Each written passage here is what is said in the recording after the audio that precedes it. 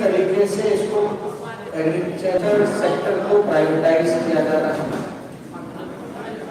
पहले हम लोगों ने देखा कि केंद्र सरकार के जितने फैसले रहे हैं, जितने आपके चाहे जीएसटी हो, नोटबंदी हो, एक्चुअल पोजीशन या धरती पे उसका स्थिति क्या निकला ये आप लोगों से छुपा रहे हैं। हम लोग लगातार इस कानून को लेकर के चर्चा करते रहे हैं और कई प्रेस वार्ता में भी आप लोगों के सामने क्या क्या कमियां हैं बिंदुवार आप लोगों को बताने का काम किया है। जहां तक बिहार की अगर बात करें तो एक भी जो बाजार समिति मंडी 2006 में नीतीश कुमार जी ने बंद कराने का काम किया। हम पूछना चाहते हैं कि देश में अगर किसानों का पर परिवार सबसे कम आय अगर है तो बिहार में क्यों है? कारण क्या है, वजह क्या है? पर परिवार यानी आप समझ सकते हैं कि बिहार सबसे निचले पैदान पर है, जहां किसान परिवार का आय जो है लगभग 3500 रुपए। बगल में अगर झारखंड अगर आप देखें तो वो बिहार से ज्यादा है। क्या ये सच नहीं है कि जो आज पंजाब में, हरियाणा में जो मजदूरी कर रहे हैं वो बिहार के किसान? क्या ये सच नहीं है कि बिहार के किसान जो है मजदूर बने? आखिर इसका कारण क्या है? आज हम लोग अगर बिहार की बात करें तो किसान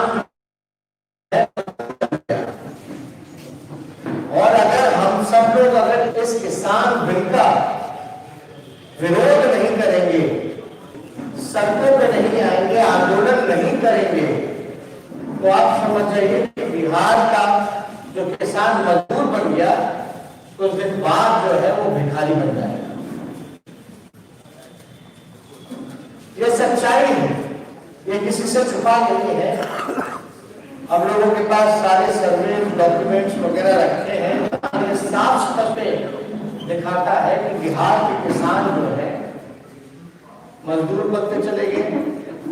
देश भर में आय सबसे कम बिहार के किसानों का है। ये सच्चाई हम सब लोग जितने हमारे बिहार के किसान हैं, हम लोगों ने पहले भी अपील की थी, अभी भी अपील किया है कि सब लोग जो है इस काले कानून का विरोध करें। एयर इंडिया की स्थिति आपने देखी, रेलवे की स्थिति आपने देखी, बीएसएनएल की देखी, एलआईसी का देखा। हर तरीके से जो है इसका निजीकरण किया जा रहा है।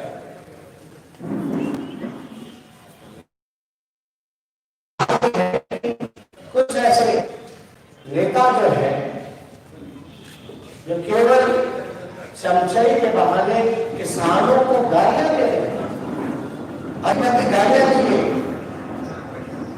न्यूज चैनलों पर बैठ करके दिन भर कुछ लोग जो है गालियां देते हैं। किसानों को दलाल बताया जा रहा है, किसानों को दोगला बोला जा रहा है, खालिस्तानी बोला जा रहा है। तो हम लोग सब लोग पूरे देश की जनता और किसान जो है इस चीजों को देखने का काम है।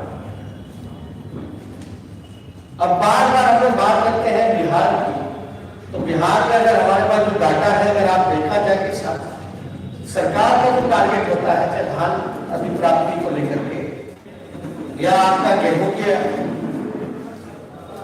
अधिप्राप्ति को लेकर के, तो अपने टारगेट को पूरा नहीं कर पाते।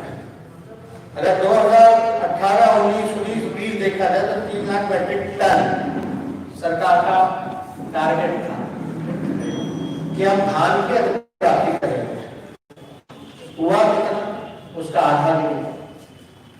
उसी तरीके से अगर आप गेहूं का देखा जाएगा तो उसमें तो कुछ हो ही नहीं। 2019-20 में फिर से 30 लाख मैट्रिक टन रखा गया और वो लक्ष्य को भी उन लोगों ने प्राप्त नहीं किया। 2018-19 में देखिएगा तो 14.16 लाख मैट्रिक टन ही धान की अधिप्राप्ति हुई, 20 लाख मैट्रिक टन ही धान की अधिप्राप्ति हुई।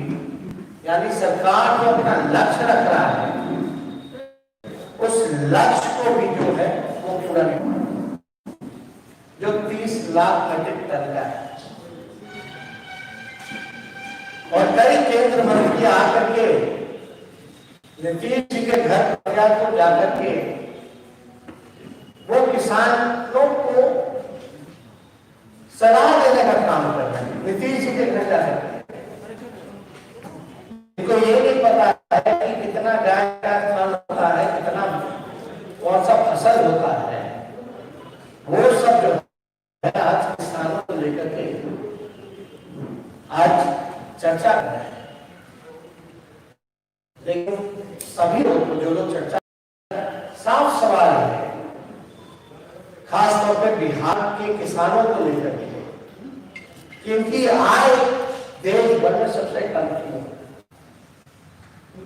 बिहार के कितने ऐसे केंद्र मंत्री हैं या राज्य सरकार है, हम लोग लगातार इसलिए कहते रहे हैं कि नीतीश कुमार जी ने पूरी तरीके से बिहार को बर्बाद कर दिया।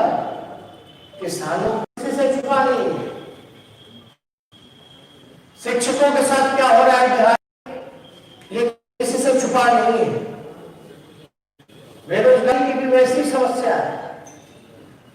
कोई कारखाना बिहार में इंडस्ट्री, और जो बिहार सबसे ज्यादा निर्भर अगर कृषि में करता है, लगभग 70% बिहार जो डिपेंडेंट है वो कृषि पे है। और वहां अगर आप एपीएमसी को खत्म कर देते हैं, मंडी व्यवस्था को खत्म कर देते हैं, बाजार समिति को खत्म कर देते हैं, तो किसान गरीब होता चला रहा है, मजदूर होता चला जा रहा है। अब कुछ दिन बाद ये डबल इंजन की सरकार जो है किसानों को बनाने का काम करेगी। ये अन्नदाता है, इनके लिए हम सब लोग को खड़े होना चाहिए। मूल्य जो है उसको लीगल होना चाहिए। ये हम सब लोग, हमारी पार्टी की तरफ से सभी लोगों की मांग है कि एमएसपी न्यूनतम समर्थन मूल्य जो है उसको लेकर के लीगलाइज करना होगा।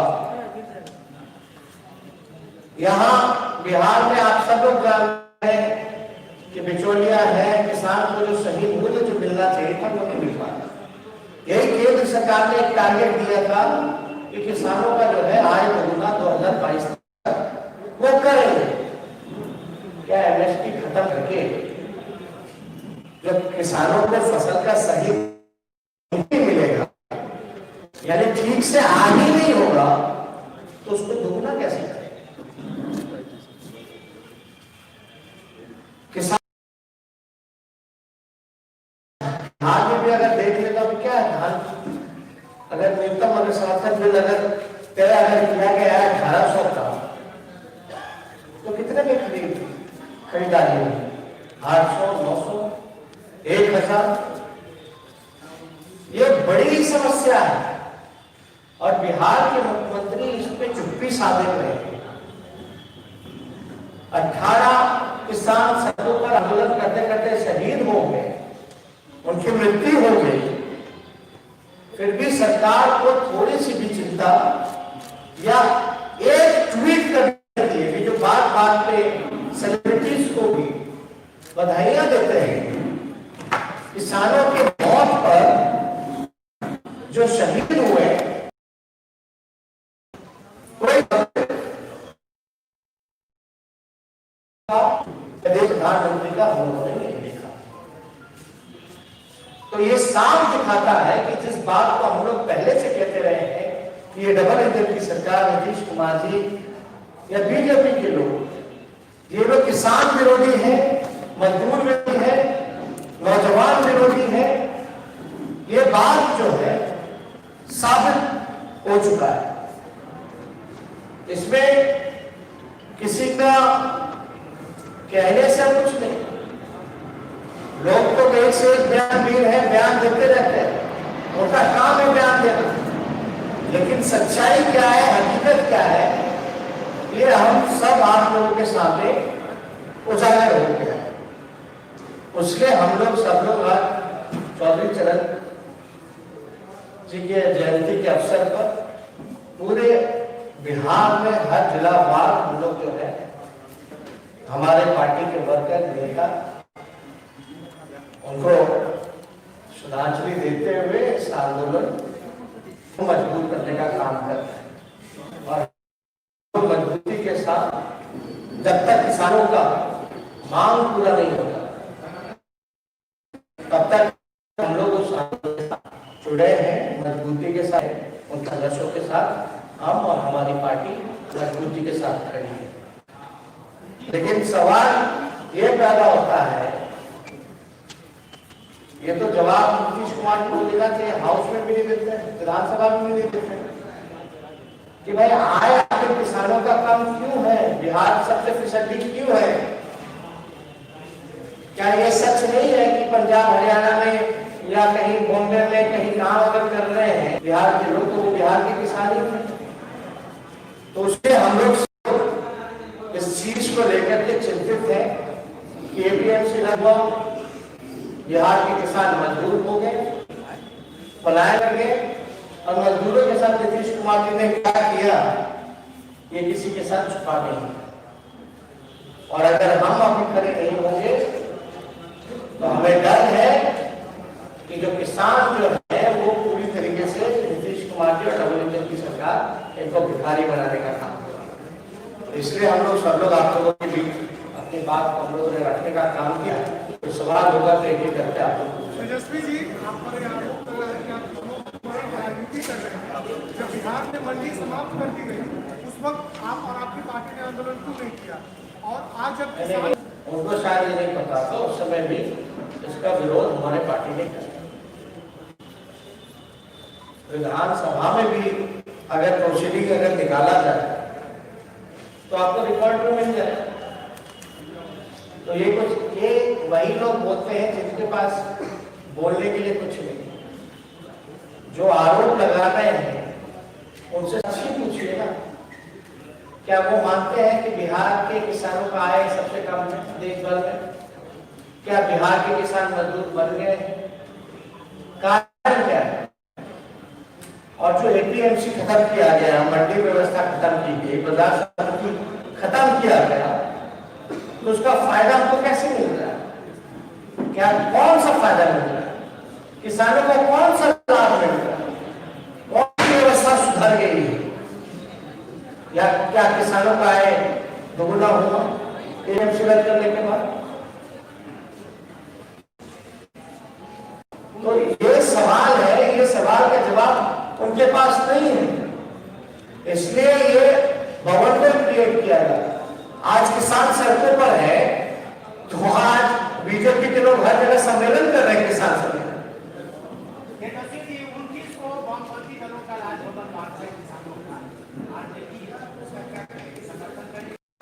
मार्च कर रहे हैं उसी मुद्दे को लेकर के, उससे पहले तो आप लोग बापू के सामने संकल्प ले लिए और हम लोग तो साथ में हैं। हम लोग तो वो लड़ाई पहले से लड़ रहे हैं।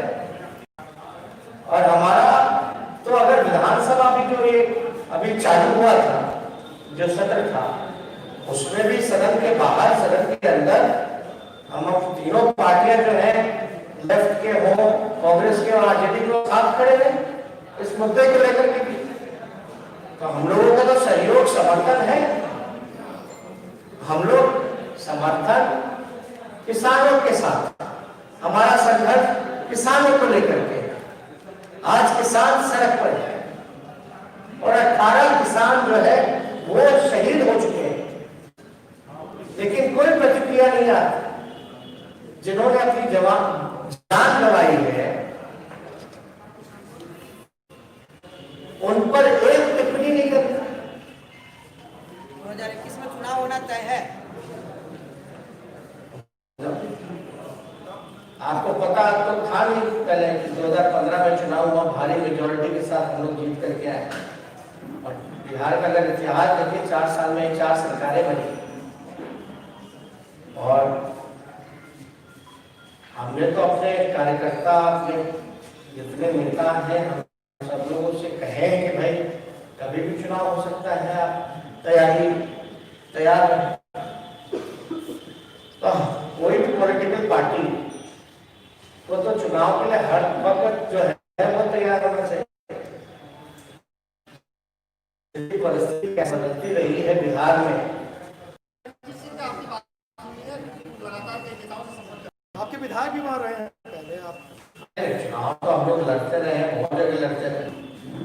हम लोग राजस्थान हो, यूपी हो, झारखंड है, नॉर्थ ईस्ट के मणिपुर में हमारे 4 विधायक हैं। लेकिन इसमें फैसला जो होगा वो राष्ट्र अध्यक्ष जी का होगा कि चुनाव लड़ना है नहीं लड़ना है। और बातें तो फॉर्मली तो सबसे होती रहती है, पॉलिटिकल लोग हैं, ऑपोजिशन के लोग हैं, तो आपस में सब लोगों से बातचीत होती रही। लेकिन बंगाल चुनाव को हम लोगों का वही समर्थन होगा जो बीजेपी को होता है। चुनाव आयोग आपके विधायक की शिकायत लेकर उनका कहना है कि चुनावी हलफनामे में उन्होंने अपने आपराधिक मामले छुपाया। कोई दम नहीं है, उनके पास कोई दम नहीं है। असली विषय इलेक्शन कमीशन से हम लोगों ने रिकॉर्ड मांगा। कई हमारे जो उम्मीदवार प्रत्याशी चाहे शक्ति की हिंसा से हो, मुंगेर के हो, परबत्ता के हो, ऐसे कई हमारे प्रत्याशी जो है कोर्ट गए हैं और कोर्ट ने केस को एडमिट किया है। हमारे पास एविडेंस है, तथ्य है। मुंगेर में तो हद हो, मुंगेर में जितनी वोटें नहीं उससे ज्यादा वोटों की गिनती हो। मान लो 2 लाख वोट पड़ा तो 2.25 लाख की गिनती हो। ये तो अद्भुत है ना। और हम लोगों के पास, हमारे प्रत्याशियों के पास तो कोई उपाय ही नहीं है। हम लोगों को न्यायालय में पूरा भरोसा है और न्यायालय का हम लोगों ने दरवाजा खटखटाया है। हम लोगों को पूरा विश्वास है कि जल्द से जल्द न्यायालय जो है इस पर फैसला लेगी और लोकतंत्र को बचाने का काम करेगी। इस दौरान हो सकता है, ऐसा कुछ आपने आशंका जाहिर की है कि आपने विधायकों को तैयार रहने के लिए कहा है? आपने विधायकों को तैयार रहने के लिए कहा है कि विक्रम गोल हो सकता है 2021 में? नहीं, विधायक ही नहीं, सभी लोग, पार्टी के जितने अधिकारी हैं, कार्यकर्ता हैं, हमने बताया कि आप तैयार रहिए। पता तो है कि जो इतिहास रहा है, और हमने भी बताया कि भाई सरकार बनी हमारे लोगों की 2015 में, चोर दरबारे से बीजेपी आ गई सरकार में। आप अभी तेजस्वी जी दिल्ली में इस्तेमाल को लेकर के भी कई तरीके के सवाल उठाए जा रहे थे। विरोधी है वो सवाल पूछे थे कि कहाँ गायब हो गए थे। आपको एक बात समझना पड़ेगा। सबसे पहले अगर किसी नेता पर अगर मुकदमा हुआ है तो राजनीतिक दल के नेताओं पर, मुझ पर क्यों हुआ?